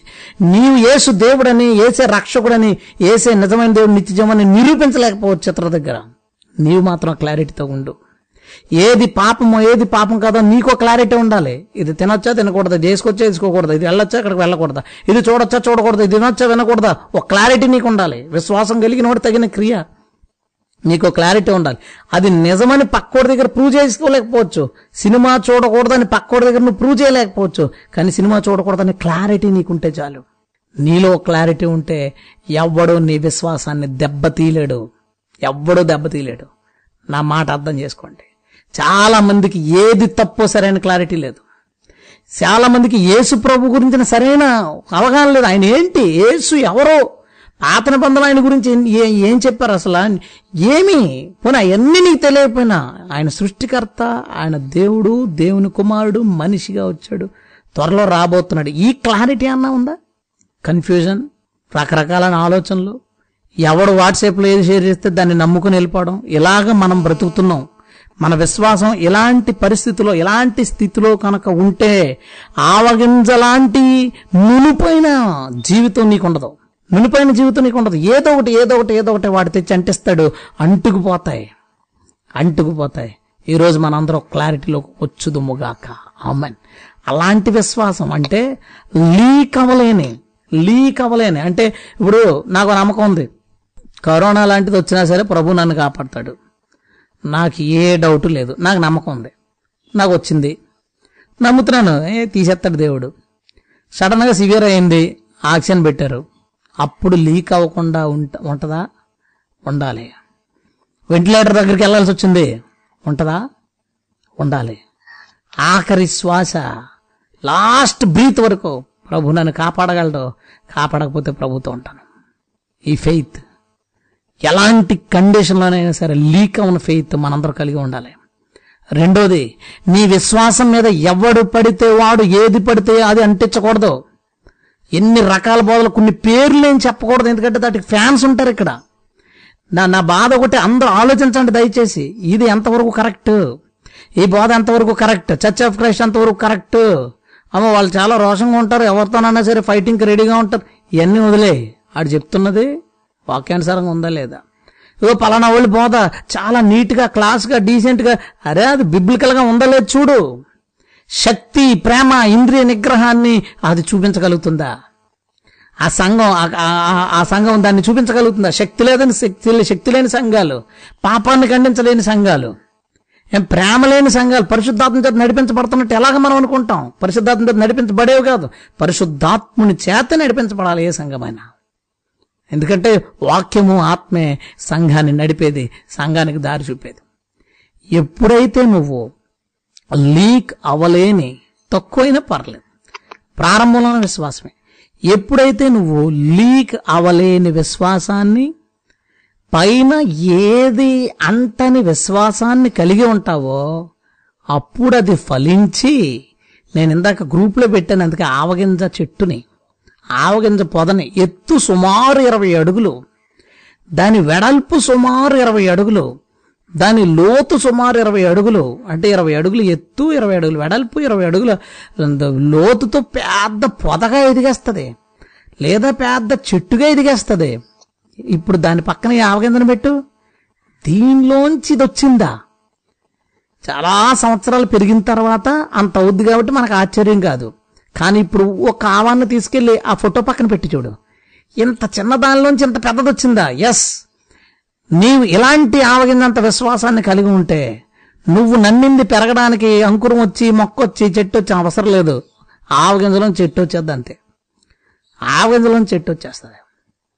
అలాంటి ఆవగింజ వంటి విశ్వాసాన్ని నువ్వు కలిగి ఉంటే, అంతటి పెద్ద కార్యాలు, ఆవగింజ చెట్టు అంత పెద్ద కార్యాలు మన జీవితంలో సాధ్యం. మనిషికి అందనంత హైట్ ఎదుగుతుంది, మనుషులు దూరిపోతే బయటకు కనబడినంత గుబురుగా ఉంటుంది. దేవుడు అలాంటి అద్భుతాలు మన జీవితంలో చేయాలనుకుంటున్నాడు. ఎలాగో తెలుసా? ఆవగింజ అంతటి విశ్వాసం ద్వారా, ఆవగింజ లాంటి విశ్వాసం ద్వారా. నీవు యేసును నమ్మినప్పుడే విశ్వాసం వచ్చింది. ఆ విశ్వాసాన్ని కాపాడుకో చాలు. విశ్వాసాన్ని కాపాడుకో, విశ్వాసానికి తగిన క్రియల్ని కాపాడుకో. ఉత్తి విశ్వాసం ఒంటిగా ఉంటే ఏముండదు కదా. అబ్రహాము విశ్వాసం, క్రియలు రెండు కలిపి చెప్పాను. అందుకే దావీదు విశ్వాసం, క్రియలు కలిపి చెప్పాను. మనవి కూడా విశ్వాసము, క్రియలు. ఆవగింజంత విశ్వాసము, దానికి తగిన క్రియల్ని మీరు కాపాడుకోండి చాలు. ఎవడు దానిలోంచి ఏది లీక్ అవనకుండా కాపాడుకోండి. ఎవరు నీ విశ్వాసం మీద మచ్చలో, మరకలో, మట్టి అంటించకుండా, దాని స్వరూపాన్ని మార్చేయకుండా. ఎప్పుడైతే ఏదైనా పైన అంటుకుంటుందో దాని స్వరూపం, దాని యాంగిల్ మారుతుంది, దాని షేప్ మారుతుంది. అంటించింది అంటుకున్న దాని షేప్ని మారుస్తుంది. నో, నీ విశ్వాసం యొక్క షేప్ని ఏ డైరెక్ట్ కల్టోడు కానీ, ఏ డిసీవింగ్ కల్టోడు కానీ మార్చకూడదు. ఎలా ఉందో విశ్వాసం అలాగే ఉండాలి. ఇప్పటికీ నువ్వు ఎలాంటి దుర్బోధల మధ్యకు వెళ్ళిపోయిన ఆవగింజ పని ఏది ఎలా అంటి ఉండలేదో అలా అంటి ఉండకూడదు. అట్టి మహాకృప ప్రభు మనందరికీ అనుగ్రహించునుగాక. ఆమేన్. చిన్న ప్రార్థన చేసుకుందాం.